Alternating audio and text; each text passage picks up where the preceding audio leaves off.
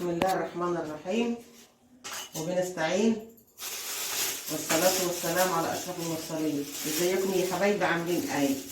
والله انتوا وحشتوني. ربنا يصلح حالكم ويغسل ما بين ايديكم. انا النهارده ام فارس راحت عند قرايبها معزومه وانا صايم. قالت لي هتفطري ايه يما؟ قلت لها عندك فول اخضر؟ قالت لي ايوه يما. قلت لها خلاص هاتي شويه وانا اطبخ. جابت لي الفول اهون مفرزاه في الفريزر. الفول ده اهو مفرزاه في الفريزر، ملوحاه يا بنات يا ستات يا كبار يا صغيرين. قبل ما تحطوا الفول في الفريزر لوحوه. فانا قايله لها لوحيه يا ام فارس، سمعت كلام. كانت جايبه فول في اول السنه وملوحاه اهون وحطاه في الفريزر. انا استغليت الظروف النهارده ان هم غايبين وقلت لها ايه هاتيلي فول اعمله، هاتيلي فول هطبخ فول لنفسي اصلا صايم. قالت لي اطبخ لك قبل ما امشي يما. قلت لها لا، انا اللي عايزه اطبخه بايدي والعيال ما بيحبوش الفول. فانا عشان اقول لكم ايه تفرزوه تعملوه قبل ما تعملوه تلوحوه لان اللي يتحط في الفريزر من غير تلويح بيجلي، تيجوا تطبخوه بيجلي. وانا هقول لك يا بنات يا كبار يا صغيرين، انا عارفه ان الناس كلها شطار وبتطبخ والبنات كلها شطار وبيطبخوا، بس برضه الواحد بيعيش العمر يتعلم ويموت ناقص عليه كل حاجه. يعني انا كبيره هون وبسمع الكلام، اي حد يقول لي اي حاجه بسمع بنصيحته. وانا في مطبخي اهو، مطبخي تحت، هي مطبخها فوق وانا مطبخي تحت. وربنا يصلح حالكم ويحسن ما بين ايديكم. ربنا يصلح حالكم ويحسن ما بين ايديكم ويحسن ما بين ايدي المسلمين كلها يا رب. وانتوا بالجمله وولادنا بالجمله يا رب. ربنا يصلح حالكم. انا بشوف الطماطم في التلاجة اهي ما برميهاش، كنت مشققاها بس ما برميش اي حاجه خالص في الزباله خالص يا بنات يا كبار يا صغيرين. انا ما بحبش المرة اللي بترمي حاجه في الزباله، ولا بحب العيله اللي بترمي حاجه في الزباله. انا ما برميش حاجه في الزباله خالص، لان اي حرام البيت المهمل يخرب قبل بيت الظالم. واحط له مرق الدجاج وجزراي. بقشر فصان توم عشان بحطه ني في قلبه وهو بيتلوح، بحطه وهو بيتلوح وياه. الطم بحطه وهو بيتلوح وياه. شوفوا انا بحبش الا النضافه. شوفوا مطبخي نضيف ازاي، شوفوا ارضيه مطبخي، وشوفوا حاجتي، وشوفوا بوتاجازي قبل ما اطبخ عليها. شو اعملي يا فتاش. شوفي نضيف ازاي. والله هو مطبخ كده على طول، بوتاجازي كده على طول، سواء عم اطبخ عليه سواء ما اطبخش عليه هو نضيف. لازم حتى لو عملت عليه كوبايه شاي امسحه على طول. والبرستكايه بتاعتي هي اللي فيها المي.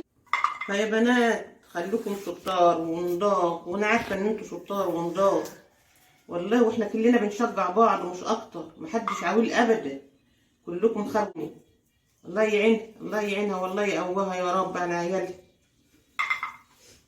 اللي يعني ولادها عايزين هدي. والله ما بتفضى يا ولاد تصور ولا بتفضى تعمل مونتاج الحاجات اللي لو بعرف اعمل انا والله ما انا مخليها تعمل، بس ما بعرفش اعمل المونتاج ولا بعرف انزل دي البيت هي بتصورنا اهي وخلاص. انما انا ما بعرفش اعمل حاجه غير كده بقى. انا اطبخ اعمل كل حاجه، بس عشان انزل فيديوهات ما اعرفش ياما. فهي كانت مقيقاسه عشان ما حدش بيعمل لها لايك ولا حد بيشاهدني. قلت لها لا ياما تعالي ياما. وانا جيت من عند ابن اللي هناك اللي بره ابن الكبير، قلت لها ياما انا هساعدك ياما واعمل معاك ياما. لا ياما انت تعبانه وانت ما بتلحقيش تقفي على ولادك. قلت لها ما يهمش ياما، انا هساعدك واعملي وشغلي القناه بتاعتك. هي فاتحه الوقت بقالها يجي 3 سنين. فول هغسل الفول واسيبه يصفى الاول لما اجيب البلاستيكات. اغسل الفول واسيبه يصفى الاول اهو.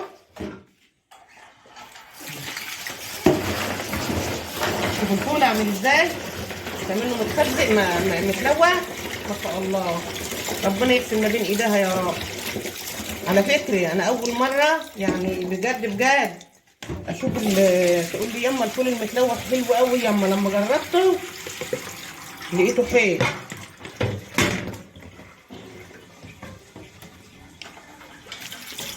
ربنا يكسر ما بين ايديها يا رب ويرزقها برزق عيالها هي وكل مسلم.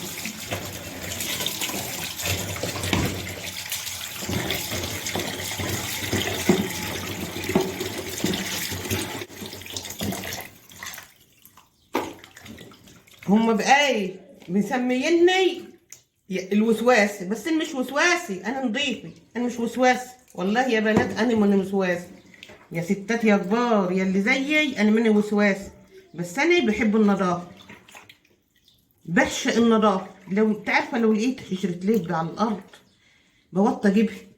والله بنت ابني في مره بتقول لي ايه ده انت علمتيني يا اما ان انا رحت عند حد لو لقيت قشره لب على القياس بحش.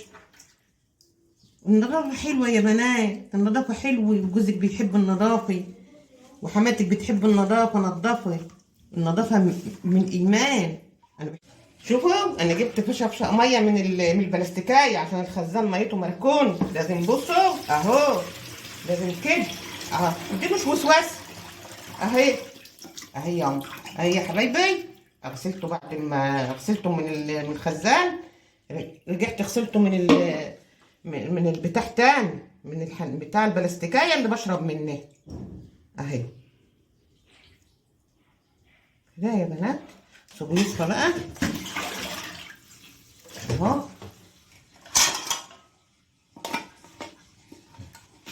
الفول اهو. ما اعرفش النسوان بتعمل كده زيي ولا ايه. اهو يا بنات اللي عندها خزان ومركون هو احنا بنغسله ماشي، بنغسله كل هلة صفيه ولا كل هلة شتي، بس بصوا برضو الميه عشان الميه لعيالكم ما يجيلهاش ميكروب، لان ميه الخزانات ديت بتجيب ميكروب. اهو اهو مع الثوم اهو اهو.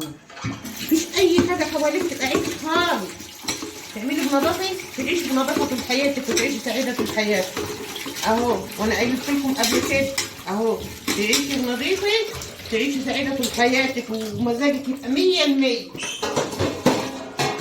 100%، حاجتك كلها تبقى نظيفه تعيشي حلوه ورايقه. انما المره اللي بتقعد في مقلب زباله، فنسوان ما يقعدوش مقلب زباله ما بيعرفوش يقعدوا. والله ياما انا والله العظيم انا شفت ناس يعني عشان لا داعي يعني ما احبش اجيب سيره حد، انا ما بحبش اجيب سيره حد خالص يا بنات. انا عمري في حياتي ما قعدت في الشارع وجبت سيره حد، اللي تجيب سيره حد بياكل في لحم اخيه الميت اهو. ما تجيبوش سيره حد، وكلمه الفم مسلوكه، اما تقولي اي حاجه على واحده بتقعدي، ان كانت واحده حلوه وحشه كده فيها اي حاجه فيها اي عيب، حتى لو عفشي استري عليه، يستر الله في الدنيا وفي الاخره، يسترك ربنا في الدنيا وفي الاخره. انما اللي بيكشف عيوب الناس ربنا بيكشف عيوبه في الدنيا وفي الاخره يا حرام. احنا فينا الحلو وفينا الوحش وفينا العفش وفينا النظيف، لا ما تتنمرضيش على حد، انت نظيفه ما تتنمرضيش على حد. لا انا بنصح نسوان ولاد وبنتي بالنظافه، ماشي انصحي بالنظافه، انما ما تتنمرضيش على حد يما ابدا، لما حتى الحله يرتاحش. شوفوا حلالي انا غايبه بقالي يجي 5 اشهر بره، شوفوا الغسيل عامل ازاي، شوفوا غسيل حلالي بقالي 5 اشهر بره والله 5 اشهر بالظبط اهو. شوفوا مركونين اهو، شوفوا حلالي ومركونين في بتاع المطبخ بتاعي. المطبخ ده كان بتاع مرات ابني الكبير، جت طالعه من هنا قامت سايبهولي، سابت لي المطبخ وايه شوفوا ايه حلالي يعني. بس انا ايه بقالهم 5 اشهر مركونين.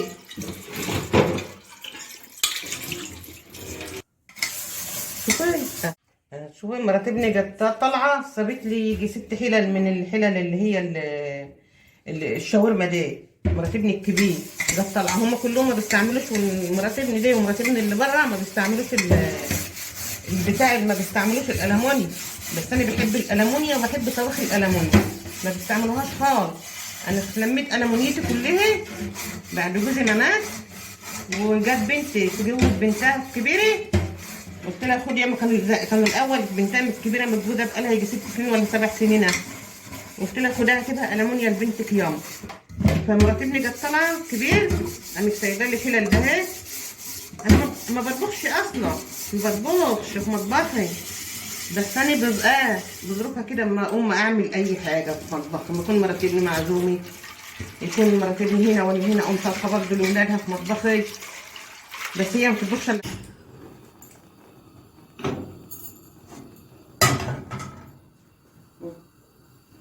كده يا بنات الازازه الزبده جايبينها ب55 جنيه، بس حلو جميله. مرات ابني جايباها ب55 جنيه اول امبارح. بسم الله الرحمن الرحيم. انا مش شايفه. بسم الله الرحمن الرحيم. شوفوا انا بحط برضو بالقانون يا بنات الزيت، السمن، الزيت، كتر الزيت والسمنه بيبوظ الطبيخ، ما بيصلحوش. ما تقولوش ان الطبيخ السمنه الكتير بيبقى حلو، لا، بيغير طعمه. تطبخي بزيت قليل بسمنه قليله تخلي طبخك حلو. اما يكون عندك مثلا عايزه عامله فرخه ولا حته فرخه ولا عامله حته لحمه، بيقولي لي انا بخلي البصله هتتحرق منه وهدي عليها البوتاجاز خالص عشان ما تتحرقش، وبحطش شويه زيت صغيرين، حته سمنه معاها صغيره، عشان السمنه والزيت بتتعب اصلا ياما. ماشي يا حبايبي انتوا؟ هي اهو كده يا حبايبي.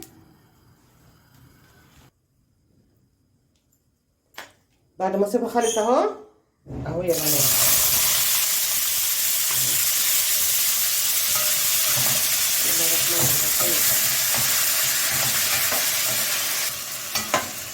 بسم الله الرحمن الرحيم.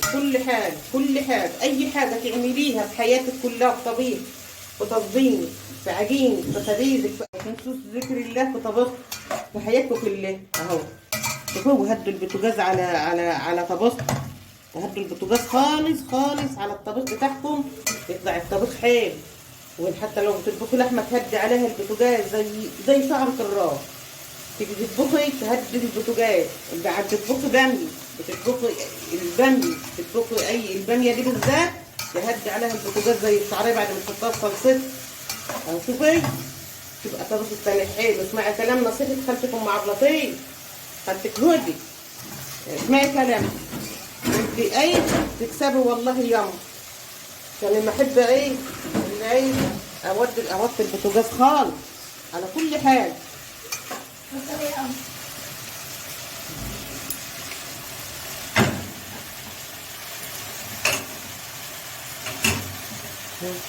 حته صغيره عشان هي حراقه، كفايه عشان هي حراقه.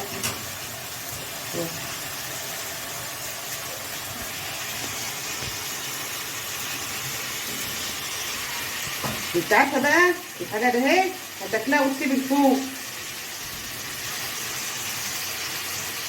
ليه؟ ما مش عايزاها تتفرط في الفوق، مش عايزاها اهي. بحط نيه اهو عشان لسه هقلله شوفوا لسه هقلله يا حبايبي انا بحطه اهو. طب اهو خلي ريحته حلوه اهو. طب اهو في عم.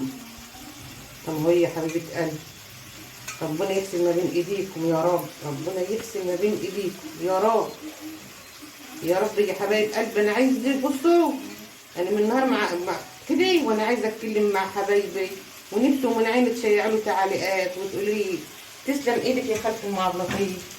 ومرقه الدجاجه اهي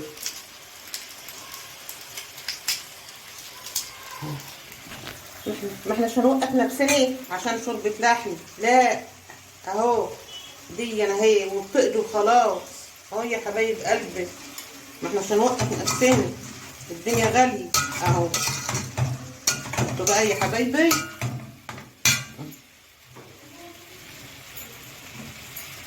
ورق الطماطم اهي.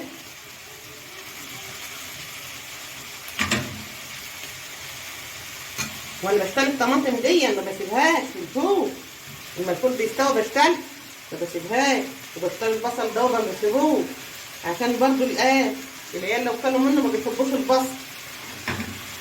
العيال ما بتحبش البصل.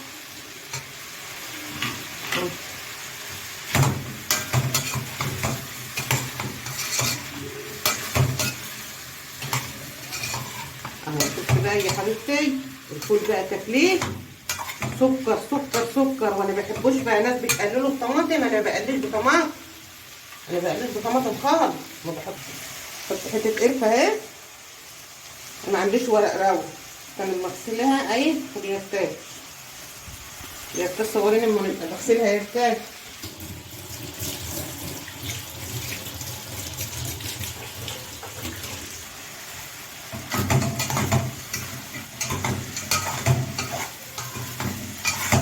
جربوا طريقة خالتكم هدى مع اللطيف، جربوا طريقتكم وقولي لي تعليقات. تسلم ايدك يا خالة مع اللطيف، عملنا زمان في الفول زي ما انت عملتيه. هطلع بقى احط له بقى الميه واطلع اجيب الرز بقى. هي منقيه هول لان انا ما بشوفش انقي الرز، هي منقيه هول وناسفه. هطلع اجيبه اغسله واعلق عليه. بسم الله الرحمن الرحيم، بسم الله الله اكبر، بسم الله ما شاء الله، لا حول ولا قوه الا بالله، الله اكبر، بسم الله ما شاء الله، اللهم صل على اللي فج منه النور، بسم الله ما شاء الله، الله اكبر الله اكبر. انا عندي بقى البهارات دي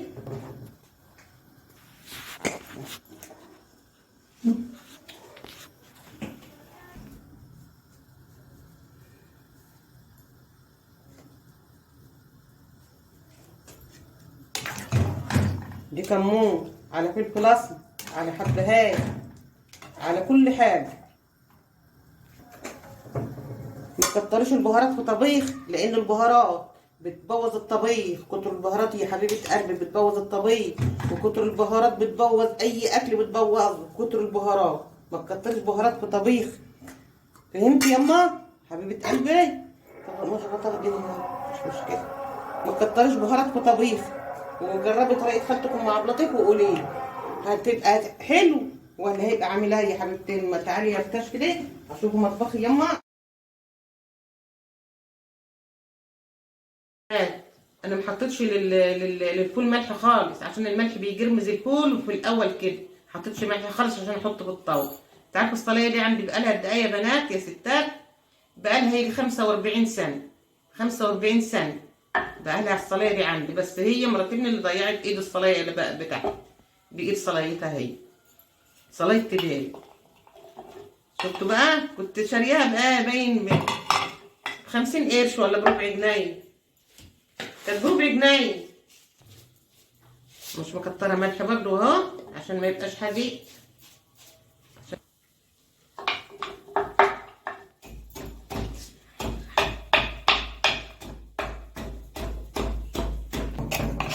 دقيت الطما اهو يا حبايبي يا حبايبي يا حبايبي، دقيت الطما اهو اهو حلوه اهو ما شاء الله. المعلقه الطاسه بتاعتي هي لما اجيب الطاسه ويلا. حلو حلو حلو. وعندي صحن ألمونيا برضو. بليت الرز اهو، بليته اهو. ما رضيتش بقى اكتر عليكم عشان ما تقولوش خالته ام عبد اللطيف بتطول عليه. واحط شويه زيت صغيرين اهما للطاوله، كله صغير قليل قليل. بس الزيت الكتير بيبوظ المعدة والدنيا غالية ومش حلو للطبيخ. بسم الله الرحمن الرحيم، اللهم صل على النبي الرحمن الرحيم، بسم الله الرحمن الرحيم، اللهم صل على النبي، اللهم صل على النبي، اللهم صل على النبي. انا موطيه البوتاجاز خالص، موطيه البوتاجاز خالص عشان تحمر براحتها، عشان لا تبقى محروقه ولا تبقى بيضه.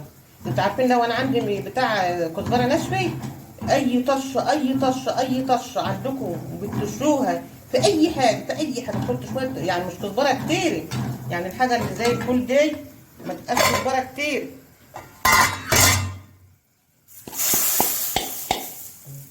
بسم الله الرحمن الرحيم، اللهم صل على الفجر منه النور، بسم الله ما شاء الله، لا حول ولا قوه الا بالله، بسم الله ما شاء الله، الله اكبر الله اكبر، بسم الله. اللهم صل على النبي، اللهم صل على النبي، اللهم صل على النبي، اللهم صل على النبي، اللهم صل على النبي. شفتوا يا بنات؟ شفتوا يا بنات؟ شفتوا الفول شكله عامل ازاي؟ بس انا هحوش منه الطماطم عشان الولاد ابني. مش مشكله، انا باكل الطماطم، بس ولاد ابني ما بياكلوش الطماطم ولا بياكلوا البصل. بصوا ما شاء الله، الله اكبر، شكله عامل ازاي؟ تقولي ده شوربه لحم؟ ما شاء الله، الله اكبر. انا بحب، انا لسه مانيش، لسه المغرب ما اداناش، بس انا بغرب هوريهولكم اهو. بسم الله ما شاء الله. شفتوا يا بنات؟ شفتوا يا ستات يا كبار؟ وما يعيبش ان انا بقول الستات الكبار اللي زي حالات، ما يعيبش. فالناس بتعملوا بتقليه، بيعملوا بتقليه وبياكلوا، انما انا ما بعملوش بتقليه زي ما انتم شايفينه كده. ومعلمه مراتبني برضو تعملوا كده. النبي، اللهم صل على النبي، اللهم صل على النبي، اللهم صل على اللي فوق منه النور. ما تنسوش بقى يا جماعه اللايك والاشتراك، واللي ما اشتركش يما اشترك في القناه وفعلوا الجرس. وربنا يصلح حالكم ويحسن ما بين ايديكم ويكفيكم شر اولاد الحرام، ويا رب انتوا ولادي ولاد المسلمين. والسلام عليكم ورحمه الله وبركاته. من الف الف سلامه يا حبايب قلبي.